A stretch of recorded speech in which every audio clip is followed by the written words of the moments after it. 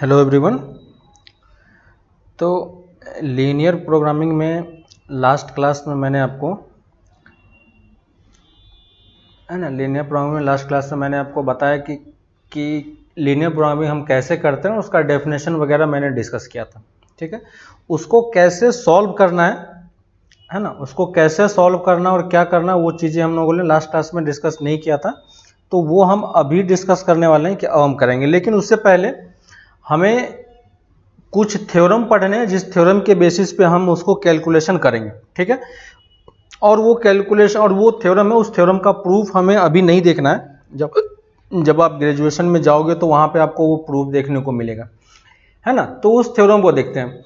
इस थ्योरम में दो वर्ड यूज होता है, बेसिकली एक ही वर्ड यूज होता है, लेकिन वो दो टाइप का होता है। एक होता है कॉन्वेक्स पॉलीगन। ठीक है, तो पॉलीगन आपका दो टाइप का होता है। ठीक है, पॉलीगन आपको पता है जो तीन या तीन से ज्यादा साइड से मिलके बना होता है, उसको क्या बोलते हैं, पॉलीगन। तो पॉलीगन को हम दो पार्ट में डिवाइड करते हैं। एक होता है कॉन्वेक्स पॉलीगन और एक होता है कॉनकेव पॉलीगन। ठीक है, दोनों में डिफरेंस क्या, बस मैं दिखा रहा हूं, लेकिन आपसे कोई ये पूछेगा नहीं कि कॉन्वेक्स पॉलीगन क्या है और कॉनकेव पॉलीगन क्या है। इसका डेफिनेशन आपसे कभी पूछा नहीं जाएगा, लेकिन मैं आपको बस दिखा देता हूं कि आपके पास फिगर कैसा होने वाला है। ठीक है, तो ऐसा फिगर जो होता है, ये देखो ट्रायंगल है। ठीक है, ये मेरा क्या है, कॉन्वेक्स पॉलीगन है। क्वाड्रिलेटरल हो सकता है, ये भी क्या है, कॉन्वेक्स पॉलीगन है। ठीक है, पेंटागन हो सकता है, हेक्सागन हो सकता है। ठीक है, इस टाइप से जो भी फिगर आपको दिखेगा, ये सारा फिगर क्या है, कॉन्वेक्स पॉलीगन है। कॉनकेव पॉलीगन आपको किस टाइप का दिखेगा, कॉनकेव पॉलीगन आपको देखो, ये जो फिगर है, इस दोनों में कोई डिफरेंस दिख रहा है क्या, है ना। इस वाले में कोई डिफरेंस आपको दिख रहा है, देखो ये भी चार वर्टेक्स इसमें भी है। ठीक है, और चार वर्टेक्स इसमें भी है। ठीक है, इस दोनों में देखो, जो क्वाड्रिलेटरल एक है और एक ही है, इस दोनों फिगर में डिफरेंस दिख रहा है क्या। यहाँ पे जो भी आपका एंगल है, वो देखो सारे एंगल 180 डिग्री से कम है, लेकिन इसमें अगर आप ये एंगल कैलकुलेट करोगे तो ये एंगल कितना है, 180 डिग्री से ज्यादा है। ठीक है, तो कॉनकेव पॉलीगन में क्या होगा कि आपका एटलीस्ट वन एंगल जो होगा, वो एटलीस्ट वन एंगल जो होगा, है ना, वन एंगल जो होगा आपका, वो 360 से 180 के बीच में होता है। ठीक है, और इसमें आपका सारा एंगल क्या होगा, लेस देन 180 डिग्री होगा, है ना। तो 0 से 180 के बीच में यहाँ पे सारा एंगल आपको लाई करेगा, ऐसा मिलेगा। अभी के लिए जो हम लोग पढ़ने वाले हैं, उसमें हमें बस ये कॉनकेव टाइप का पॉलीगन ही मिलेगा, है ना। हमारे पास जो भी पॉलीगन मिलेगा वो अभी कॉनकेव पॉलीगन ही मिलेगा। ठीक है, तो अभी मैं जो डेफिनेशन लिखाऊंगा और जो थ्योरम हम लोग पढ़ेंगे, उसमें कॉनकेव पॉलीगन टाइप का एक वर्ड आता है। इसके लिए मैंने आपको बता दिया कि आपका फिगर इसी शेप का होने वाला है। ठीक है, इस टाइप का आपका कोई फिगर कभी नहीं मिलेगा। ठीक है, तो इस टाइप से आप कुछ भी फिगर आप ड्रॉ कर सकते हो, है ना। तो ये फिगर भी क्या कहलाएगा, कॉनकेव पॉलीगन होगा। तो ऐसा फिगर हमें अभी नहीं पढ़ना है। ठीक है, ये सब आप ग्रेजुएशन में जाओगे तो वहां पे आपको पढ़ने को मिलेगा। अभी के लिए आपको बस यही पॉलीगन आपको देखना है। ठीक है, तो बस ये एक टर्म था, वो मैंने बता दिया। अब मैं आता हूं थ्योरम पे। ठीक है, तो एलपीपी प्रॉब्लम जो है और लीनियर प्रोग्रामिंग प्रॉब्लम जो है, ठीक है, लीनियर प्रोग्रामिंग प्रॉब्लम। तो लीनियर प्रोग्रामिंग प्रॉब्लम में आपके पास जितने भी क्वेश्चन होंगे, ठीक ना, लीनियर प्रोग्रामिंग प्रॉब्लम में आपके पास जितने भी क्वेश्चंस होंगे, वो क्वेश्चन सिर्फ तीन थ्योरम पे बेस्ड है। बेसिकली दो ही थ्योरम है, लेकिन मैं तीन में डिवाइड करके पढ़ा रहा हूं आपको। ठीक है, फर्स्ट थ्योरम है, फर्स्ट थ्योरम क्या बोलता है, मैं वो लिख रहा हूं। ठीक है, तो फर्स्ट थ्योरम को ध्यान से देखो, और इसी थ्योरम को बस हमें ध्यान रखना है कि इसी थ्योरम के बेसिस पे इस थ्योरम का आपको प्रूफ नहीं पूछा जाएगा। ठीक है, तो फर्स्ट थ्योरम ये बोलता है कि फर्स्ट है, let R be a feasible region, let capital R be a feasible region, है ना। और ये feasible region जो आपका फॉर्म होगा, ये क्या होगा, आपका कॉन्वेक्स टाइप का बनेगा। ठीक है, तो अभी आपको मैंने कॉन्वेक्स टाइप का बनाया है ना, तो ये आपका कॉन्वेक्स पॉलीगन फॉर्म होगा। ठीक है, तो ये वर्ड यूज हो रहा था, इसलिए मैंने आपको कॉन्वेक्स और कॉनकेव दोनों बता दिया। ठीक है, तो डेफिनेशन बोल रहा है कि let R be a feasible region for a linear programming problem. ठीक है, तो किसी भी लीनियर प्रोग्रामिंग के लिए हम फिजिबल रीजन निकाल सकते हैं, लास्ट क्लास में मैंने आपको बताया था। ठीक है, linear programming problem and z equal to ax plus by be the objective function, be the objective function. ठीक है, तो लास्ट क्लास में मैंने आपको ऑब्जेक्टिव फंक्शन भी बताया था। ठीक है, कोई बात नहीं, अभी बस देख लो आप, मैं अभी एक एग्जांपल लेके इसको एक्सप्लेन करके बताऊंगा कि क्या है। ठीक है, next, when capital Z has an optimal value, है ना, कैपिटल Z क्या है, ये वाला term, capital Z has an optimal value. Optimal value मतलब क्या हो गया, ऑप्टिमल वैल्यू मतलब क्या हो गया, आपको लास्ट क्लास में ये भी बताया था, मैक्सिमम और मिनिमम वैल्यू, है ना। तो यहाँ पे मैं हर एक चीज को क्लैरिफाई करके लिख दे रहा हूँ, मैक्सिमम एंड और मिनिमम वैल्यू, मैक्सिमम या मिनिमम कोई एक आपको निकालना पड़ेगा। ठीक है, तो ऑप्टिमल वैल्यू क्या होता है, मैक्सिमम वैल्यू। ठीक है, वेयर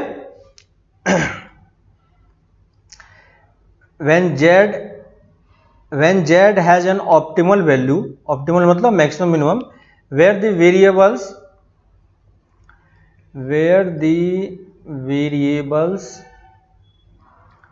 x and y, ठीक है, यहां पे आपको जो वेरिएबल लेना है वो हमेशा x और y के टर्म में ही लेना है। ठीक है, आर सब्जेक्टेड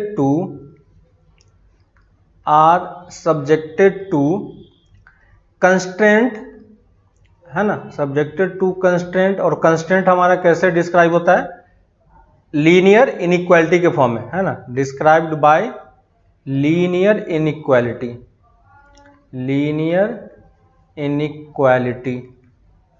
ठीक है, linear inequality, the optimal value, है ना, तो ये बोलता है this optimal value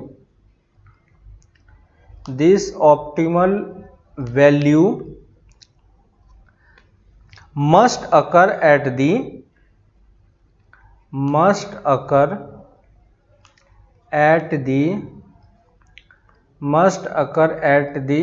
corner point। ठीक है, must occur at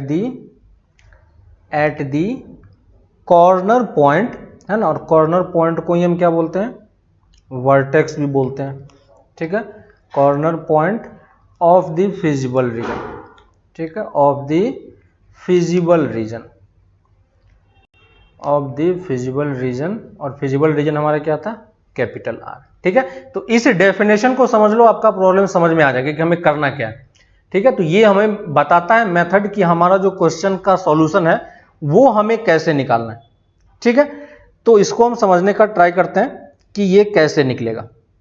ठीक है, तो यहां पे देखो कि ये क्या बोल रहा है, तो एक एक लाइन में आपको समझाता हूं। लेट आर बी ए फिजिबल रीजन, आपको समझ में आ रहा है। ठीक है, तो किसी भी लीनियर प्रोग्रामिंग प्रॉब्लम का एक फिजिबल रीजन हम आर निकाल सकते हैं, और आर हमें कहां से मिलता है, लीनियर इनइक्वालिटी को सॉल्व करके। याद होगा आपको, जो कंस्ट्रेंट था, कंस्ट्रेंट को हम प्लॉट करके फिजिबल रीजन बना सकते हैं। लास्ट क्लास में मैंने ये सब चीजें आपको एक्सप्लेन की थी। ठीक है, तो आपको आर समझ में आ जाएगा, और आपको एक ऑप्टिमल फंक्शन दिया होगा जेड के टर्म में। ठीक है, तो लास्ट क्लास में मैंने आपको जेड भी बना के दिखाया था कि जेड कैसे बनाना होता है। ठीक है, तो अभी के लिए आपको जेड गिवन होगा। ठीक है, और कंस्ट्रेंट हमें गिवन होगा, तो कंस्ट्रेंट को हम प्लॉट करके क्या बना सकते हैं, यहां से हम आर प्लॉट किया जा सकता है। ठीक है, तो ये फर्स्ट लाइन यही बोल रहा है कि आर एक फिजिबल रीजन है, और फिजिबल रीजन हमारा कॉन्वेक्स पॉलिनोमियल होगा, ये भी आपको पता है।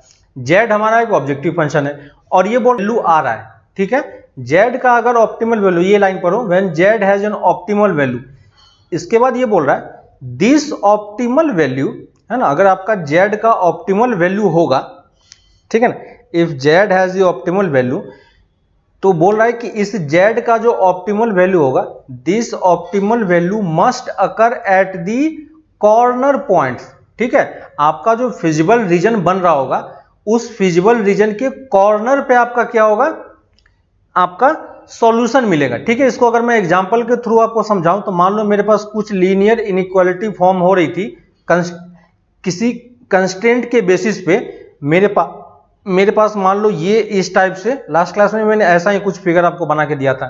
ठीक है, तो ये मान लो मेरे पास इनइक्वालिटीज हैं, है ना, और इस इनइक्वालिटी के बेसिस पे जो हमारा, है ना, जो हमारा फिजिबल रीजन आया, लास्ट क्लास में मैंने इसी तरीके से प्लॉट किया होगा। देखो आप पीछे वाला कॉपी पलट के, है ना। तो ये मेरा फिजिबल रीजन है, ठीक है। तो ये थ्योरम क्या बोलता है कि ये आपका फिजिबल, और लास्ट क्लास में मैंने आपको बताया कि फिजिबल सॉल्यूशन क्या होता है ना। तो फिजिबल सॉल्यूशन मेरा यही सारा पॉइंट होगा, है ना। ये जो आपको शेडेड पार्ट आपको दिख रहा है, इसी पार्ट में हमारा क्या लाई कर रहा होगा, फिजिबल रीजन, फिजिबल सॉल्यूशन होगा, है ना। लेकिन इसी फिजिबल सॉल्यूशन में मुझे ऑप्टिमल फिजिबल सॉल्यूशन निकालना था, ठीक है। दो टाइप का सॉल्यूशन था, ठीक है। तो इस वाले पार्ट में आपके पास जितने पॉइंट्स आपको ये वाला रीजन में दिख रहा है, ये सब क्या है, हमारा फिजिबल सॉल्यूशन है, ठीक ना। ये सारा हमारा फिजिबल सॉल्यूशन। तो कितने फिजिबल सॉल्यूशन है, इनफाइनाइटली मेनी फिजिबल सॉल्यूशन है। लेकिन ये थ्योरम क्या बोलता है कि ये तो फिजिबल रीजन है, सही बात है, लेकिन जो आपको ऑप्टिमल फिजिबल सॉल्यूशन मिलने वाला है, ठीक है, वो आपको, और ये जो आपका जिस पॉइंट पे आपको ऑप्टिमल वैल्यू मिलेगा, और ऑप्टिमल मतलब जेड हमारा क्या था, ax plus B Y format का था, है ना। तो जेड की वैल्यू मैक्सिमम या जेड की वैल्यू मिनिमम, है ना, यही हमारा ऑप्टिमल वैल्यू होता है ना। और ये हमें कहां मिलेगा, ओनली एट वर्टेक्स, है ना, वर्टेक्स और कॉर्नर पॉइंट, ठीक है। तो आपके पास इनफाइनाइटली मेनी पॉइंट्स है इस रीजन में, है कि नहीं, इस रीजन में इनफाइनाइटली मेनी पॉइंट्स हैं। लेकिन ये बोल रहा है कि इन सारे पॉइंट्स पे आपको कभी भी मैक्सिमम या मिनिमम नहीं मिलेगा, वो आपको सिर्फ कहां पे मिलेगा, कॉर्नर्स पे मिलेगा। तो यहां पे देखो मेरे पास कितने कॉर्नर्स हैं, कितने कॉर्नर्स हैं, 4 कॉर्नर्स हैं, ठीक है।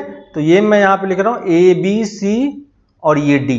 तो जो हमें जेड की ऑप्टिमल वैल्यू मिल रही है, यहां पे मैं लिख रहा हूं जेड ऑप्टिमल, एंड ऑप्टिमल मतलब जेड मैक्सिमम मिनिमम, ये हमें सिर्फ कहां पे मिल सकता है, at point A B C और डी, है ना। अब इस चारों में से किस पॉइंट पे मिलेगा, ये हमें चेक करना पड़ेगा, ठीक है। लेकिन जो भी सॉल्यूशन मिलेगा वो इसी 4 में से एक होगा, ठीक है। बीच में अगर आप सोचोगे कि मैंने ये पॉइंट ले लिया, इस पे मिलेगा या नहीं मिलेगा, तो इस पे हमें नहीं मिलेगा, ठीक है। हमें सिर्फ कहां पे मिलेगा, कॉर्नर पॉइंट्स पे मिलेगा, है ना। और हमें कैसे पता कि ये कॉर्नर पॉइंट्स पे ही हमें मिलने वाला है, ये हमें ये थ्योरम बता रहा है, ठीक है। इस थ्योरम का प्रूफ हमें अभी नहीं पढ़ना है, बस हमें इस थ्योरम को समझना है कि ये थ्योरम क्या बोल रहा है, ठीक है। तो ये थ्योरम हमें ये एक मेथड देता है कि अगर आपको सॉल्यूशन खोजना है या आपको जेड की ऑप्टिमल वैल्यू निकालनी है, तो सिर्फ आपको कौन से पॉइंट्स चेक करने हैं, ये 4 पॉइंट्स ही हमें बस चेक करने हैं, ठीक है। तो ये हमारा क्या है, कैपिटल आर है, याद होगा आपको, ये हमारा क्या है, कैपिटल आर है। तो इस आर में जो हमारा सॉल्यूशन होगा, वो सॉल्यूशन सिर्फ कहां पे मिलेंगे, ये आपको सिर्फ इसी वर्टेक्स में से किसी एक पॉइंट पे मिलेगा। क्लियर है। तो फर्स्ट थ्योरम हमें बस यही बताता है कि अगर आपने अगर आर प्लॉट कर लिया है, तो आर के अंदर जो इनफाइनाइटली मेनी पॉइंट्स है, उन सारे पॉइंट्स पे आपको चेक करने की जरूरत नहीं है। आप चेक कहां पे करोगे, आपको चेक करना है सिर्फ कॉर्नर पॉइंट्स पे, ठीक है। तो कॉर्नर्स पे ही हमें सॉल्यूशन मिलने वाला। तो ये मेरा फर्स्ट थ्योरम है। क्लियर है ना। तो फर्स्ट थ्योरम आपको समझ में आ गया, है ना। तो इसलिए हमने फर्स्ट थ्योरम आपको बताया कि फर्स्ट थ्योरम क्या है, ठीक है। तो फर्स्ट थ्योरम आपको क्लियर हो गया। तो फर्स्ट थ्योरम यही बोल रहा है, इसका काम यही है कि अगर सॉल्यूशन मिलेगा, है ना, तो कहां पे अकर करेगा, सिर्फ कॉर्नर पॉइंट पे, और किसी पॉइंट पे अकर नहीं कर सकता है, ठीक है। तो ये मेरा फर्स्ट चीज हो गया। दूसरी चीज हमें ये पता है कि जो हमारा फिजिबल रीजन है, ठीक है, लास्ट क्लास में मैंने आपको बताया था कि जो मेरा फिजिबल रीजन होता है, फिजिबल रीजन कितने टाइप के होते हैं, 2 टाइप का होता है। कौन कौन टाइप का होता है, एक होता है बाउंडेड, याद होगा, बाउंडेड, और एक होता है अनबाउंडेड, ठीक है।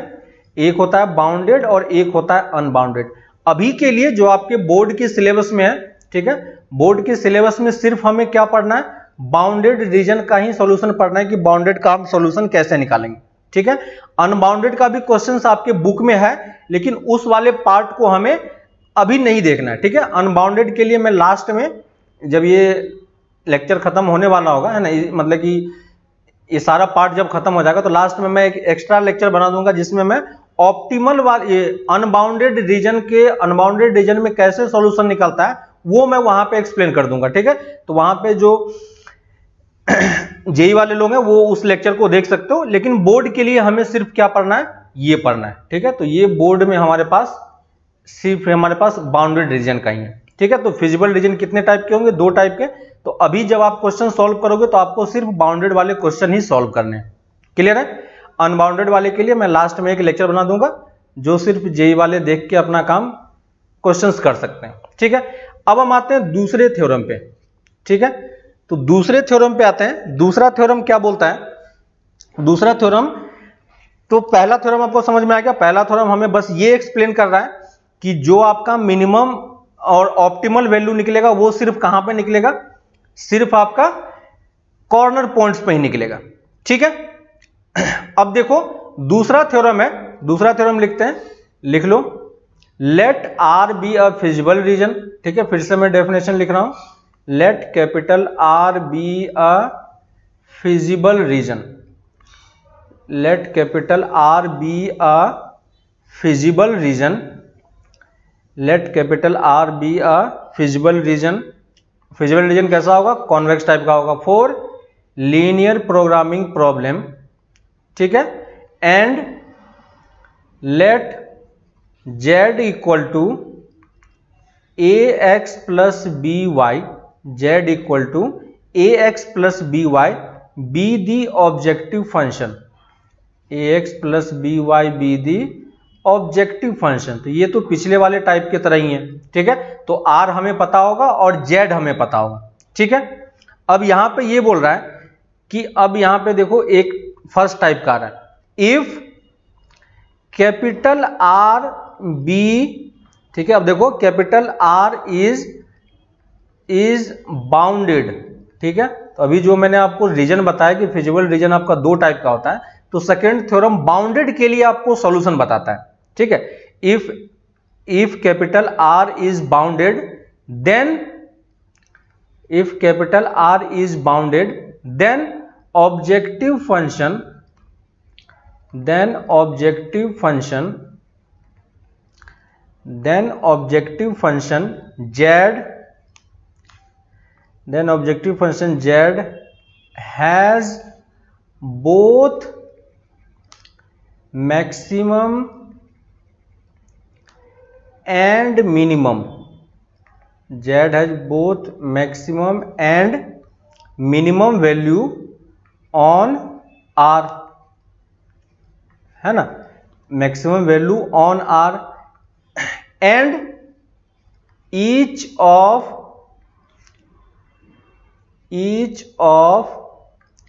these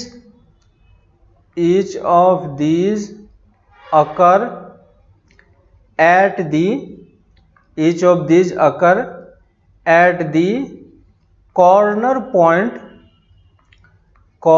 point of R। ठीक है, तो ये देखो सेकेंड थ्योरम जो है वो आपको ये बताता है कि अगर आपका रीजन बाउंडेड है तो बाउंडेड रीजन का आपका सॉल्यूशन कैसा होगा। ठीक है, तो ये फर्स्ट वाला आर फिजिबल रीजन है, ये हम ऑलरेडी पहले वाले थ्योरम में देख चुके हैं, और z equal to objective function ये भी हमें दिया होगा। ठीक है, यहां से स्टार्ट होता है कि ये बोल रहा है कि अगर आपका आर अगर बाउंडेड होता है, ठीक है, अगर आर बाउंडेड हो तो ये बोल रहा है कि ऑब्जेक्टिव फंक्शन का जो मैक्सिमम और मिनिमम वैल्यू होगा, ठीक है, ऑब्जेक्टिव फंक्शन का जो ऑप्टिमल वैल्यू होगा, है ना, वो इसमें बोल रहा है कि मैक्सिमम एंड मिनिमम दोनों मिलेगा आपको, है ना। तो बाउंडेड रीजन में आपको कौन सा वैल्यू मिलेगा? मैक्सिमम एंड मिनिमम दोनों मिलेगा। ठीक है, यहां पे देखो एंड वर्ड यूज हुआ है। ठीक है, तो अगर आपका रीजन आर बाउंडेड है तो हमेशा आपको क्या मिलेगा? मैक्सिमम एंड मिनिमम दोनों वैल्यू मिलने वाली, बोथ मैक्सिमम एंड मिनिमम, है ना। और फर्स्ट थ्योरम क्या बोलता है कि आपको सॉल्यूशन कहां पे मिलेगा? सॉल्यूशन कॉर्नर पे ही मिलेगा। ठीक है, तो यही चीज ये बोल रहा है कि ईच ऑफ दीज, है ना, जो भी मैक्सिमम एंड मिनिमम अकर होगा वो कहां पे अकर होगा? वर्टेक्स पे ही अकर होगा। तो ये वाला लाइन तो हमारा पिछले वाला थ्योरम का ही था।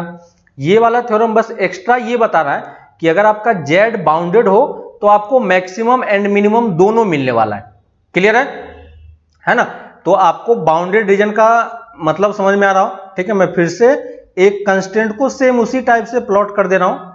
ठीक है, सेम उसी टाइप से मैं प्लॉट कर दे रहा हूं कि मान लो मेरे पास ऐसा एक कोई बाउंडेड रीजन मिल गया। ठीक है, और हमें पता है कि हमें सिर्फ बाउंडेड रीजन ही सॉल्व करना है। ठीक है, तो ये मेरा एक बाउंडेड रीजन, मैंने इसको मार्क कर दिया। ठीक है, ये मैंने बाउंडेड रीजन मार्क कर दिया। ठीक है, तो अभी मैं कैसे मार्क करना है, क्या करना है, ये मैं भी एग्जांपल लेके बताऊंगा। अभी बस आप थ्योरम लिख लो बस। ठीक है, तो पहला थ्योरम क्या बोलता है कि फर्स्ट थ्योरम ये बोल रहा है कि आपको जो भी सॉल्यूशन मिलने वाला है वो कहां पे मिलने वाला है? इसी कॉर्नर पे मिलने वाला है, बीच वाले किसी पॉइंट पे आपको नहीं मिलेगा। तो आपको जो सॉल्यूशन मिलने वाला है ए बी सी डी आपको इसे मिलेगा। और यहाँ पे हमें आर क्या दिख रहा है, आर यहाँ पे मुझे बाउंडेड दिख रहा है, ठीक है। तो अगर आर बाउंडेड होगा और जेड मेरा क्या है, objective function A X plus B Y, ठीक है। तो बोल रहा है कि आपको जेड इस केस में मैक्सिमम वैल्यू भी कहीं देगा, ठीक है, और जेड आपको मिनिमम वैल्यू भी कहीं देगा, ठीक है। और ये मैक्सिमम और मिनिमम वैल्यू आपको कहां पे मिलेगा, ये दोनों आपको, है ना, एट ए और बी और सी और डी, ठीक है। किसी एक पॉइंट पे मैक्सिमम और मिनिमम नहीं मिल सकता, वो हमें पता है, ठीक है। तो इसमें से चार में से किसी एक पॉइंट पे मैक्सिमम मिल रहा होगा, किसी एक पॉइंट पे हमें मिनिमम मिल रहा होगा, ठीक है। तो यहां पे मुझे ये दोनों वैल्यू एक साथ मिलेगा। क्वेश्चन में डिपेंड करता है कि क्वेश्चन में आपसे वो क्या पूछ रहा है, मिनिमम पूछ रहा है या मैक्सिमम पूछ रहा है। तो अगर वो मिनिमम पूछेगा तो मैं मिनिमम आंसर कर दूंगा, ठीक है। अगर वो मैक्सिमम पूछेगा तो हम मैक्सिमम वाला आंसर कर देंगे। लेकिन हमें ये याद रखना है कि अगर बाउंडेड रीजन होगा तो हमें ये दोनों सॉल्यूशन मिलेगा, ठीक है। ऑप्टिमल में हमें यहाँ पे दोनों सॉल्यूशन मिलेगा। क्लियर है? तो ये हमारा थ्योरम हो गया बाउंडेड रीजन के लिए, ठीक है। और इसी का थर्ड भी थ्योरम है, ठीक है। जो थर्ड थ्योरम आपको पढ़ना नहीं है, ठीक है। थर्ड थ्योरम बस मैं लिख दे रहा हूं, बस आप देख लो, है ना। थर्ड थ्योरम में लिख रहा हूं अनबाउंडेड के लिए, ठीक है। तो थर्ड थ्योरम है लेट, फिर से वही मैं लिख रहा हूं, let R be a feasible region, फिर से उतना ही आप लिख लो, feasible region, R be feasible region for a linear programming problem and let z equal to ax plus by be the objective function, be the objective function, ठीक है। अब यहां पे आता है if r is unbounded, ठीक है। तो बाउंडेड और अनबाउंडेड दोनों के लिए मुझे सॉल्व करना है। अनबाउंडेड वाला मैं आपको लास्ट में बताऊंगा, आज नहीं, जब लेक्चर कंप्लीटली ये चैप्टर खत्म होगा उसके लास्ट में मैं एक लेक्चर एक्स्ट्रा में बना दूंगा जिसमें अनबाउंडेड का क्वेश्चन हम सॉल्व करेंगे, ठीक है। इफ आर इज अनबाउंडेड, तो इसमें ये बोलता है then objective function, then objective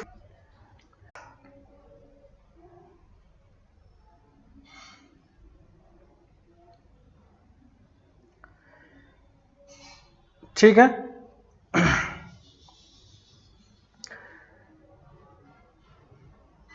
तो ये थर्ड थ्योरम क्या बोल रहा है, तो देखो ये थर्ड थ्योरम क्या बोल रहा है कि इफ आर इज अनबाउंडेड, ठीक है।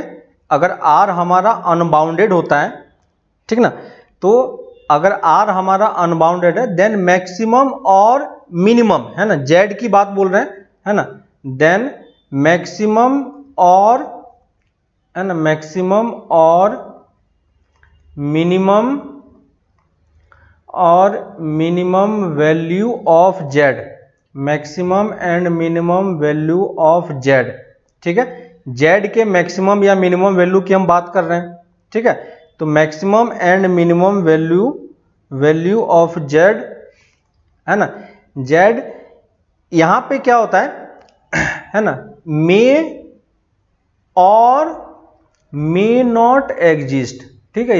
इस वाले पार्ट को आप ध्यान रखना थोड़ा सा, मे और मे नॉट एग्जिस्ट, क्लियर है। तो अगर आपका आर अनबाउंडेड हो तो अनबाउंडेड के केस में हम ये नहीं बोलेंगे कि हमारा मैक्सिमम मिनिमम है, ठीक है। एग्जिस्ट कर भी सकता है और एग्जिस्ट नहीं भी कर सकता है, ठीक है। दोनों केस यहां पे पॉसिबल है, ठीक है। लेकिन अगर एग्जिस्ट करता है, ठीक है, अगर एग्जिस्ट करता है, इफ, है ना, इफ इट एग्जिस्ट,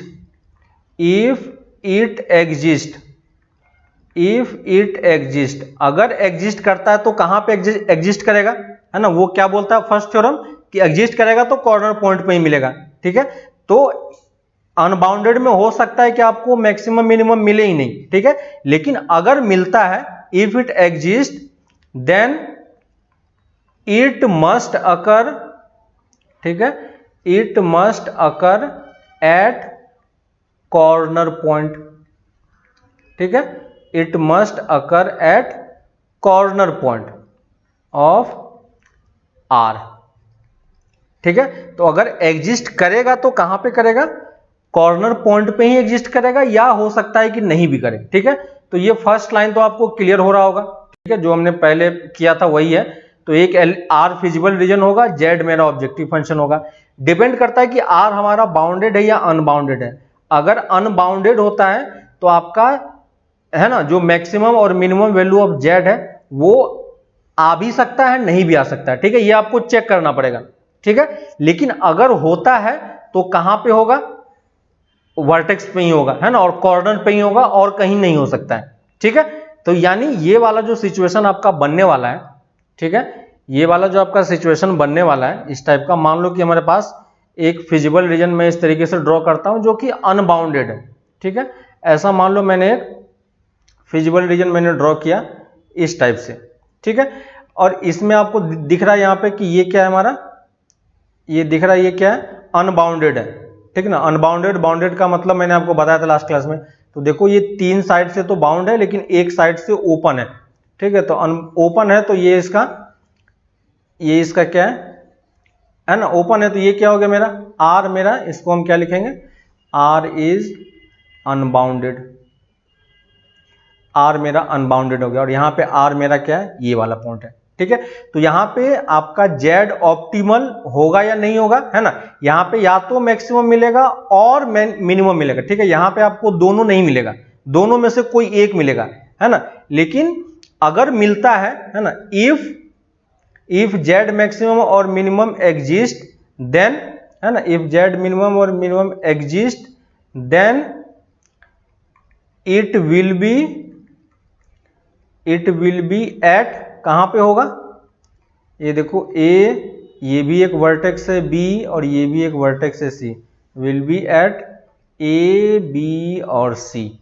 ठीक है, ए और बी और सी अगर एग्जिस्ट करेगा तो यहां करेगा, या नहीं तो हो सकता है कि इसका कोई सोल्यूशन नहीं करे, है ना। और जेड मैक्स और Z minimum may not exist, ये भी पॉसिबिलिटी है। ठीक है, डिपेंड करता है। तो इस वाले पार्ट में कैसे सॉल्व करते हैं ये मैं आपको बाद में बताऊंगा। ठीक है, यहां पे थोड़ा सा करेक्शन कर लो, यहां पे देखो ये भी कॉर्नर पॉइंट में काउंट होगा। ठीक है, ए बी सी डी ई, यहां पे 5 कॉर्नर पॉइंट है। ठीक है, तो यहां पे ई कर लो, ये भी आपका कॉर्नर पॉइंट है, इसमें भी आपका ये कॉर्नर पॉइंट है। ठीक है, ई और ई भी लिख लो। ठीक है, और कहीं पे नहीं था। ठीक है, तो यहां पे जितने भी कॉर्नर है हमें सबको ध्यान देना है। ठीक है, तो ये वाला जो पार्ट है, ये जो थर्ड वाला पार्ट है, ये अभी आपके सिलेबस में नहीं है। ठीक है, बोर्ड के सिलेबस में नहीं है, नॉट इन बोर्ड सिलेबस। इस टाइप का अनबाउंडेड वाला क्वेश्चन आपको नहीं दिया जाएगा। ठीक है, ये ऐसा वाला क्वेश्चन आपको एग्जाम में नहीं दिया जाएगा।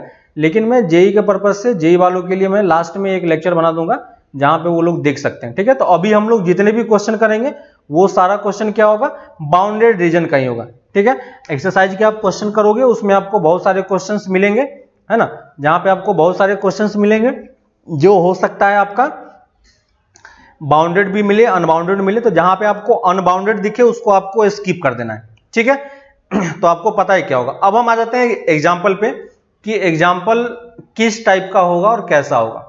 ठीक है, तो अब हम आते हैं एग्जाम्पल पे, और एग्जाम्पल को मैं एक सॉल्व करके बताता हूं कि मुझे कैसे सॉल्व करना और क्या क्या स्टेप्स फॉलो करने हैं। ठीक है, मैं उस स्टेप्स को आपको धीरे धीरे करके एक्सप्लेन कर देता हूं। ठीक है, तो लास्ट क्लास में हम लोगों ने एक एग्जाम्पल लिया था।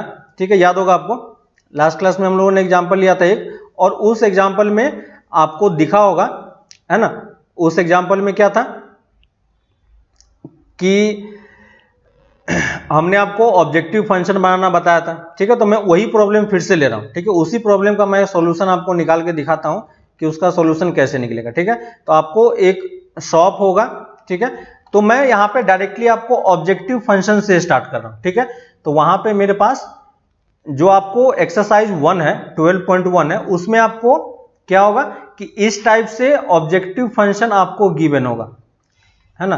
तो देखो मैं एक ऑब्जेक्टिव फंक्शन ले रहा हूं तो 250x + 70y, है ना, और क्वेश्चन दिया हुआ है subjected to the condition, subjected to the constraint constraint, और यहाँ पे मेरे पास कंस्ट्रेंट है, ठीक है, 5x plus Y less than equal to 100, ठीक है, लास्ट क्लास में ये सब क्वेश्चन सॉल्व किया था, और x plus Y less than equal to 60 और x greater than equal to 0, y greater than equal to 0, ठीक है, ये क्वेश्चन था। तो अभी आप एक्सरसाइज 12.1 के क्वेश्चन देखोगे तो वो इसी टाइप से गिवन होगा, ठीक है। यहाँ पे हमारा ये क्या है, z वाला जो गिवन होगा ये मेरा क्या होगा, ऑब्जेक्टिव फंक्शन होगा, ठीक है। तो हमें एक ऑब्जेक्टिव फंक्शन गिवन होगा और हमें एक कंस्ट्रेंट गिवन होगा, ठीक है, और इसके बेसिस पे वो आपको बोलेगा, है ना। इस क्वेश्चन में हमें करना क्या है, इस क्वेश्चन में हमें बोला है कि यहाँ पे आपको लिखा होगा मैक्सिमाइज जेड, ठीक है। तो यहाँ पे देखो मैं लिख रहा हूं क्वेश्चन में, आपको इसी तरीके से लिखा होगा मैक्सिमाइज जेड, ठीक है। तो मैक्सिमाइज हमें जेड ये है, इसका मतलब हमें क्या निकालना है, जेड मैक्सिमम निकालना है, ठीक है, हमें जेड मैक्सिमम की वैल्यू निकालनी है। तो इसको हम कैसे सॉल्व करेंगे उस चीज को आप देखो, ठीक है।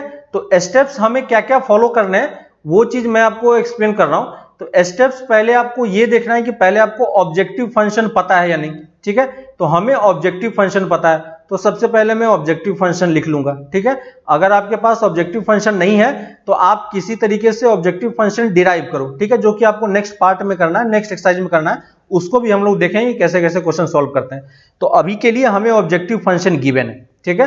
तो ये मेरा ऑब्जेक्टिव फंक्शन है जिसे हमें क्या करना है, मैक्सिमाइज करना है, क्लियर है। अब इसके बाद हमें कंस्ट्रेंट लिखने हैं, इसके अंडर कंस्ट्रेंट क्या होगा, ठीक है।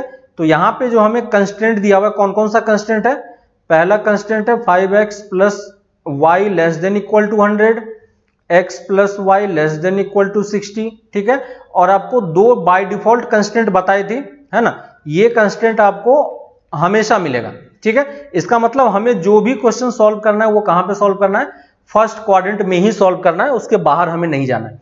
तो सबसे पहले मैं क्या करूंगा, अपना फिजिबल रीजन बनाने का मैं ट्राई करूंगा, ठीक है। तो यहां पे देखो मैंने x और y प्लॉट किया, ठीक है। सबसे पहले मैं इस कर्व को मैं प्लॉट करूंगा, ठीक है। लीनियर इनइक्वालिटी में मैंने आपको बताया था कि कैसे प्लॉट करना होता है। तो इसको प्लॉट करने के लिए सबसे पहले हम क्या करेंगे, इसको हम इक्वालिटी में कन्वर्ट कर लेंगे। तो इक्वालिटी में कन्वर्ट करोगे तो ये कितना हो जाएगा, 5x plus Y equal to 100। इसको इक्वालिटी में कन्वर्ट करेंगे तो कितना होगा, x plus Y equal to 60, ठीक है। इस वाले लाइन को आपको प्लॉट करना आता है, लाइन को प्लॉट कर लो पहले, ठीक है। तो 5x plus Y equation plot करना आता है, क्या करेंगे पहले हम एक बार x को 0 करेंगे, y निकालेंगे, y को 0 करेंगे, x निकालेंगे। तो देखो x को 0 किया तो y मेरा 100 हो गया, तो मान लो कि 100 मेरा यहाँ कहीं पे है, ठीक है। प्रोपोर्शनली आप उस तरीके से ड्रॉ कर लो, और y की वैल्यू 0 करेंगे तो x की वैल्यू कितनी आ जाएगी, 20 आ जाएगी। तो मान लो मेरा 20 यहाँ कहीं पे है, ठीक है। इस दोनों को अगर मैं ज्वाइन कर दूंगा तो मेरा ये एक लाइन बन जाएगा, ठीक है। तो आप इस दोनों को ज्वाइन करने वाला लाइन एक ड्रॉ कर लो। तो मैं भी डॉट लाइन से बना रहा हूं, ठीक है। आप इसी तरीके से प्लॉट कर लो, मैंने ये प्लॉट कर लिया, ठीक है। अब देखो एक बार जब ये लाइन प्लॉट हो गया तब इसको हटा दो। अब हमें चेक करना है कि ये वाला जो है ये कौन सा रीजन होगा, क्योंकि इस लाइन ने कितने पार्ट में डिवाइड किया, फर्स्ट रीजन, सेकेंड रीजन, इस लाइन के इस तरफ वाला पार्ट, इस लाइन के इस तरफ वाला पार्ट, है ना। तो कौन सा रीजन है वो हम कैसे निकालते हैं, ओरिजिन को पुट करके, ये याद है। तो इसमें आप क्या करो, ओरिजिन को पुट कर दो, ओरिजिन को पुट करोगे तो क्या आ जाएगा, 5 into 0 plus 0 0 less than equal to 100।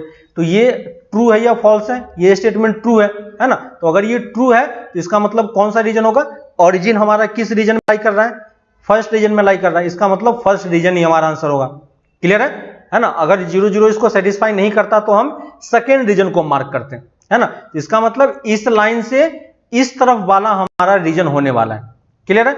और हमें पता है कि हमें x greater then 0 y greater then 0 रहना है, इसका मतलब हमें सिर्फ फर्स्ट क्वाड्रेंट में ही रहना है, ठीक है। तो मैं इसको प्लॉट कर रहा हूं इस लाइन से, है ना। यानी जो हमें सॉल्यूशन मिलेगा वो कौन सा सॉल्यूशन मिलेगा, यहां से लेके ये वाला रीजन हमें मिलने वाला है, ठीक है। तो देखो ये वाला रीजन इस लाइन के इस तरफ वाला फर्स्ट क्वाड्रेंट वाला पार्ट मैंने ड्रॉ किया। फर्स्ट क्वाड्रेंट वाला ही क्यों प्लॉट किया, क्योंकि हमारा x greater then 0 y greater then 0 है, ठीक है। तो ये वाला पार्ट हमें सिर्फ यही बताएगा। तो ये मैंने एक लाइन ड्रॉ किया, ठीक है। इस लाइन के बेसिस पे मेरा ये रीजन आ गया, क्लियर है ना। तो ये मेरा एक रीजन मेरा आ गया। तो ये पॉइंट मेरा 20,0 था और ये 0,100 था। अब मैं इसको प्लॉट करूंगा x plus Y equal to 60। तो x को 0 करूंगा तो कितना आ जाएगा y 60, है ना। तो y 60 मान लो यहां कहीं पे है, 60 मान लो यहां कहीं पे, तो x 0 किया तो y 60, और y को 0 करेंगे तो x 60, तो ये यहां कहीं पे आएगा, है ना। तो 60,0 आएगा। इस दोनों को मैं फिर से ज्वाइन करूंगा, ठीक है, इस दोनों को फिर से ज्वाइन करेंगे तो ऐसा रीजन बन रहा है, ठीक है। अब फिर से इस लाइन ने क्या किया, ठीक है, यहां पे आप फिर से देखो, फिर से इस लाइन ने क्या किया, दो पार्ट में डिवाइड किया, एक ये रीजन और एक ये रीजन। हम कौन सा रीजन लेंगे ये डिपेंड करेगा कि हमारा कौन सा इनइक्वालिटी सेटिस्फाई हो रहा है, ठीक है। तो ये हम कैसे निकालेंगे, इसके लिए आपको क्या करना है, फिर से इस वाले में ओरिजिन पुट करो, है ना। ओरिजिन पुट करोगे तो क्या आएगा, 0 ≤ 60, यानी ओरिजिन इसको सेटिस्फाई कर रहा है। इसका मतलब इस लाइन के रिस्पेक्ट में ओरिजिन किस तरफ है, इस तरफ है ना। तो हमें इस रीजन को मार्क करना है, ठीक है। तो इस रीजन को मैं क्या कर रहा हूं, दूसरे कलर से मार्क कर रहा हूं, ठीक है। तो मान लो मैं इस कलर से इस, और क्योंकि हमें x > 0 और y > 0 दिया हुआ है ना, तो मैं सिर्फ फर्स्ट क्वाड्रेंट वाले पार्ट को ही मार्क करूंगा, ठीक है। तो ये मैंने फर्स्ट क्वाड्रेंट को मार्क किया, ये देखो। तो सिर्फ मेरा कौन सा रीजन आंसर हो गया, ये वाला रीजन मेरा आंसर हो गया। दिख रहा है क्या, दिख रहा है आपको, मैंने क्या मार्क किया, ये वाला रीजन मार्क किया, है ना। तो आप पेंसिल से इसको ड्रॉ करना, ठीक है। आप एग्जाम में जब करोगे तो एग्जाम में आपको पेंसिल ही यूज करना, ठीक है। हाइलाइटर वगैरह या कोई और इंस्ट्रूमेंट यूज करके नहीं निकालना है, ठीक है। सिर्फ आपको किससे यूज करना है, हाइलाइटर को ही यूज करना है, ठीक है। अब बताओ दोनों का कॉमन रीजन कौन सा आ रहा है, दोनों का कॉमन रीजन मेरा ये वाला आ रहा है, दिख रहा है क्या, ये वाला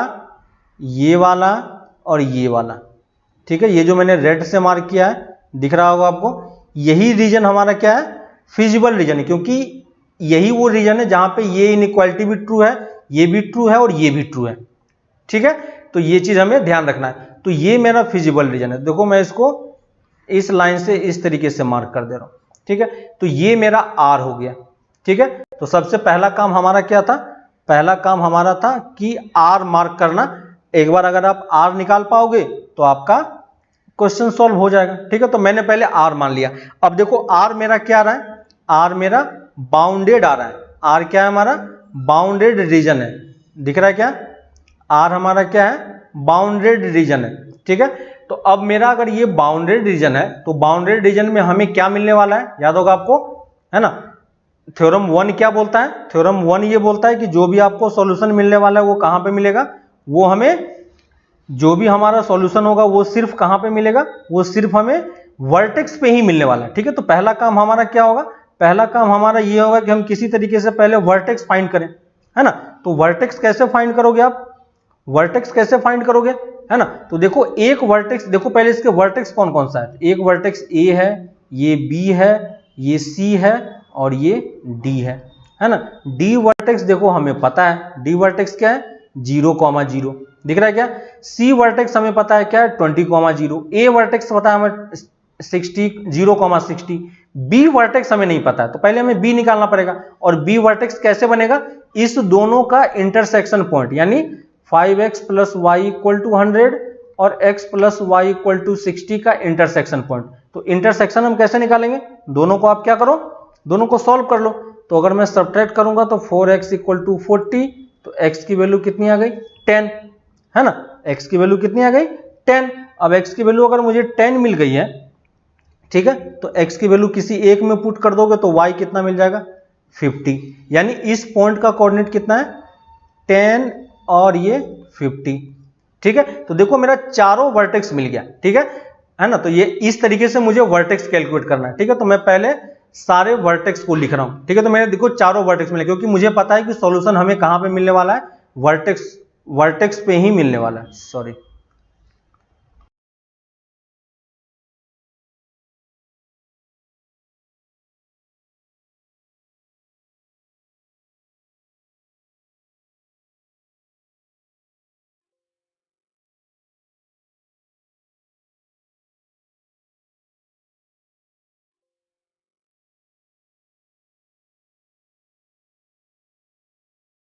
ठीक है, तो हमें सॉल्यूशन कहां पे मिलने वाला है, सॉल्यूशन हमें वर्टेक्स पे ही मिलने वाला है, क्लियर है।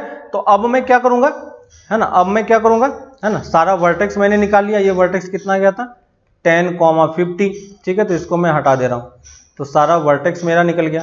तो देखो जेड हमें पता है, ठीक है। अब हमें जो थ्योरम 1 बोलता है, क्योंकि रीजन आपका बाउंडेड है, तो हमें ये पता है कि हमें मैक्सिमम और मिनिमम दोनों मिलेगा, है ना। और कहां पे मिलेगा? वर्टेक्स पे ही मिलेगा, ठीक है। तो इसके बाद मैं क्या करूंगा? इसके बाद मैं एक टेबल क्रिएट करूंगा, ठीक है। तो यहां पे देखो मैं एक टेबल क्रिएट कर रहा हूं, ठीक है। इस टेबल में मैं यहां पे लिखूंगा वर्टेक्स, ठीक है। वर्टेक्स और कॉर्नर पॉइंट जो भी आपको लिखना है वो लिख दो, ठीक है। दूसरा मैं लिखूंगा z इक्वल टू, है ना, ऑप्टिमल जो आपके पास ऑब्जेक्टिव फंक्शन था। तो z हमारा क्या था?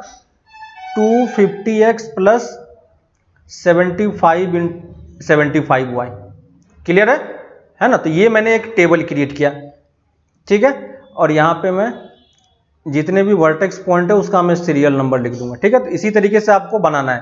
पहले मैं फर्स्ट नंबर में, देखो फर्स्ट नंबर में, है ना, यहाँ पे वर्टेक्स पॉइंट में लिख देता हूँ, वर्टेक्स पॉइंट। तो वर्टेक्स पॉइंट में यहाँ पे लिख रहा हूँ, कितने वर्टेक्स हमारे पास? 4 वर्टेक्स, ए बी, है ना, सी और डी। तो देखो मैंने चारों वर्टेक्स लिख दिया। चारों वर्टेक्स का जो लोग कोऑर्डिनेट है वो कोऑर्डिनेट लिख दूं। ए वर्टेक्स का कोऑर्डिनेट क्या है? ए वर्टेक्स का कोऑर्डिनेट है 0,60, ठीक है। बी वर्टेक्स का कोऑर्डिनेट कितना है? 10,50, ठीक है। सी वर्टेक्स, सी कोऑर्डिनेट का वर्टेक्स क्या है? सी का वर्टेक्स कितना है? सी का वर्टेक्स है 20,0 और डी कितना है? 0,0, ठीक है। और इस सब के कॉरस्पॉन्डिंग में जेड की वैल्यू कैलकुलेट करूंगा, ठीक है। सबके कॉरस्पॉन्डिंग में जेड की वैल्यू कैलकुलेट करूंगा। यहां पे देखो, यहां पे आपके पास जेड हमें दिया हुआ है, एक्स की वैल्यू क्या पुट करोगे? 0 और वाई की वैल्यू 60, है ना। तो एक्स की वैल्यू 0 और वाई की वैल्यू 60 पुट करोगे तो कितना होगा? 250 इंटू 0, है ना। यहां पे देखो फर्स्ट वाले का कितना आ जाएगा? 250 इंटू 0 प्लस 75 इंटू 60, है ना। तो 75 इंटू 60 कितना हो गया? 4500, है ना। तो यहां पे जेड की वैल्यू आपके पास कितनी आ जाएगी? 4500। क्लियर है। जेड की वैल्यू 10 पुट करो, तो 250 इंटू 10 प्लस 75 इंटू 50, यहां से आपको कितना आ जाएगा? कैलकुलेट करके देखना, यहां से आपका आ जाएगा 650। चेक करना, शायद ये आता है। लास्ट क्लास में भी हम लोगों ने ये निकाला था, है ना। लास्ट क्लास में हम लोगों ने चेक किया था। तो इस वाले के लिए वैल्यू कितनी आ रही थी? 650 आ रही थी, याद होगा, है ना। तो यहां पे हमारे पास ये सॉल्यूशन हमें 650 हमें मिल गया, ठीक है। इसके बाद मैं क्या करूंगा? दूसरा 20,0 पुट करेंगे, ठीक है। तो 20,0 पुट करोगे तो आपके पास कितना आएगा? देखो इसको सॉल्व करोगे तो 5000 आता है। तो क्या करना है? 250 इंटू 20 प्लस 75 इंटू 0 सॉल्व करना है। और 0 पुट करोगे तो कितना आएगा? 250 इंटू 0 प्लस 75 इंटू 0, तो फाइनल 0 आ गया, ठीक है। क्योंकि बाउंडेड है ना, क्योंकि ये बाउंडेड है तो हमारे पास इसमें से देखो सबसे ज्यादा वैल्यू कौन सी है हमारे पास? सबसे ज्यादा वैल्यू हमारे पास ये वाली आ रही है, ठीक है। तो जेड मैक्सिमम हम कितना बोलेंगे? जेड मैक्सिमम हमारा कितना हो जाएगा? 6500। और ये 6500 हमें कहां पे मिला है? एट किस कॉर्नर पे? Eight corner 10,50। क्लियर है। यानी x की वैल्यू कितनी होगी? 10 और y की वैल्यू कितनी होगी? 50। क्लियर है। और दूसरा चीज हमें यह पता है, क्योंकि ये बाउंडेड रीजन है ना, because r is a bounded, ठीक है। तो r हमें बाउंडेड है तो हमें z मिनिमम भी मिलने वाला है ना। और z मिनिमम हमारे पास कितना होगा? देखो ये क्या हमारे पास? z minimum. तो ये मेरा मैक्सिमम हो गया और ये मेरा मिनिमम हो गया। और z मिनिमम आपको कितना मिलेगा? z मिनिमम आपको 0 मिलेगा। और ये कहां पे मिलेगा? एट 0,0 पे, ठीक है। तो क्योंकि r हमारा बाउंडेड है इसलिए हमें मैक्सिमम और मिनिमम दोनों मिल रहे हैं, ठीक है।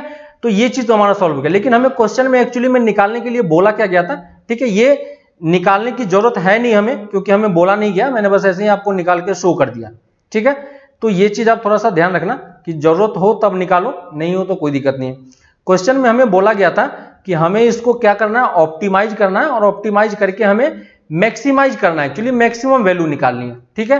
तो मैक्सिमम वैल्यू हम इसकी कितनी बोलेंगे, है ना। तो यहां पे जेड है ना, और यहाँ पे जेड मैक्सिमम क्या होगा, जेड मैक्सिमम, और इसी को हम क्या बोलेंगे, ऑप्टिमल वैल्यू ऑफ जेड। ठीक है, ऑप्टिमल वैल्यू ऑफ जेड कितना होगा, 6500। ठीक है, और अगर कोई पूछता है कि ऑप्टिमल पॉइंट्स कौन सा है ना, ऑप्टिमल पॉइंट्स कौन सा, ऑप्टिमल पॉइंट्स या ऑप्टिमल फिजिबल पॉइंट्स है ना, तो ऑप्टिमल सॉल्यूशन इसी को हम बोलते हैं। तो ऑप्टिमल सॉल्यूशन हमें कहां पे मिल रहा है, x = 10 और y = 50 पे। ठीक है, तो फाइनल हमें यहां तक सॉल्व करके बताना है। क्लियर है, हमें फाइनली यहां तक सॉल्व करके बताना है कि किस तरीके से हमारा क्वेश्चन सॉल्व होगा। ठीक है, तो क्या क्या स्टेप्स मैंने फॉलो किया समझ में आ गया। पहली चीज, आप ऑब्जेक्टिव फंक्शन लिख लो, कंस्ट्रेंट लिख लो, कंस्ट्रेंट को प्लॉट करके आप फिजिबल रीजन निकाल लो। तो यहां पे जो मेरा आर लिखा हुआ है यही हमारा क्या है, फिजिबल रीजन है ना। और फिजिबल रीजन में हमें बस ये ध्यान रखना है कि आपका अभी के लिए बोर्ड के हिसाब से हमें सिर्फ बाउंडेड फिजिबल रीजन ही करना है। तो आप एक्सरसाइज में क्वेश्चन सॉल्व करोगे तो किसी किसी में आपको अनबाउंडेड भी मिलेगा। तो अगर आपको अनबाउंडेड मिलता है तो उस क्वेश्चन को आप स्किप कर देना, उस क्वेश्चन को आप छोड़ देना, लेकिन आपको पहले प्लॉट करके देखना पड़ेगा। ठीक है, तो अगर आपके पास ये और ये बाउंडेड हो गया तो सारे कॉर्नर पॉइंट्स आप फाइंड कर लो। ठीक है, कॉर्नर पॉइंट्स फाइंड करने के बाद आप ये टेबल क्रिएट कर लो।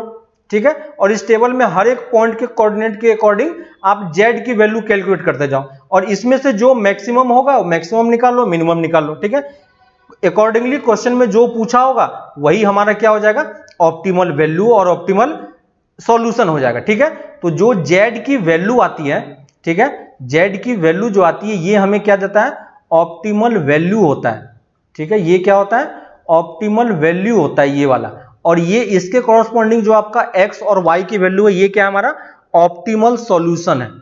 क्लियर है, तो ये हमारा क्या है, ऑप्टिमल सॉल्यूशन है, क्योंकि हमें मैक्सिमम निकालने के लिए बोला था इसलिए मैंने मैक्सिमम वाले को मार्क किया। अगर वो मिनिमम बोलता तो मैं इसको ऑप्टिमल सॉल्यूशन बोलता। ठीक है, समझ में आ रहा है आपको। तो यही स्टेप्स हमें फॉलो करने हैं क्वेश्चन को सॉल्व करने के लिए। हमें अनबाउंडेड वाला प्रॉब्लम सॉल्व नहीं करना है, तो अनबाउंडेड वाला पार्ट आप लोग स्किप कर सकते हो अभी के लिए। ठीक है, जेई के लिए मैं लास्ट में अनबाउंडेड को कैसे सॉल्व करते हैं वो मैं आपको अलग से निकाल के बता दूंगा, उसमें क्या क्या चीजें करनी है तो उसको हम लोग कर पाएंगे। ठीक है, तो बोर्ड के पर्पज से हमारे पास सिर्फ फिजिबल वाला पार्ट ही है, तो आपको कभी भी कोई प्रॉब्लम नहीं होगी। ठीक है, 6 मार्क्स के क्वेश्चन में आता है, तो देखना आप कि इसमें कोई भी मार्क्स आपका कटना नहीं चाहिए। जो भी आप ड्राइंग वगैरह करोगे सब कुछ आपको पेंसिल से करना है। ठीक है, कोई भी मार्कर या हाईलाइटर वगैरह कुछ भी यूज नहीं करना है। ठीक है, पेंसिल से प्लॉट करो और आप सही, लेकिन थोड़ा सा क्लीन होना चाहिए। ठीक है, समझ में आ रहा है आपको। तो अब आप एक्सरसाइज 12.1 अब आप कंप्लीट कर सकते हो। ठीक है, 10 क्वेश्चन है, 10 क्वेश्चन में से आप देखोगे कुछ क्वेश्चन में आपको 1-2 क्वेश्चन शायद उसमें से बाउंडेड अनबाउंडेड वाला है। ठीक है, बाकी सारा बाउंडेड है, तो हर एक क्वेश्चन में आपको अनबाउंडेड या बाउंडेड का क्वेश्चन सॉल्व करना है, तो आप ये क्वेश्चन एक्सरसाइज 12.1 सॉल्व कर सकते हो। ठीक है, नेक्स्ट क्लास में हम लोग और भी इसमें क्वेश्चन सॉल्व करेंगे। ठीक है, तो 1-2 क्वेश्चन मैं और सॉल्व करके बता दूंगा, और कौन कौन से टाइप्स के क्वेश्चन है वो भी मैं एक्सप्लेन कर दूंगा।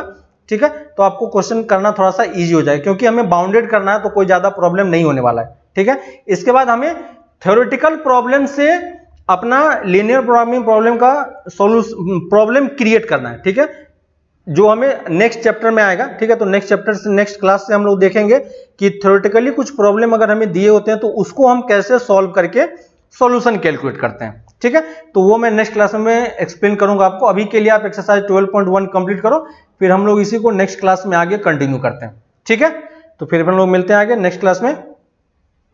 Okay, bye.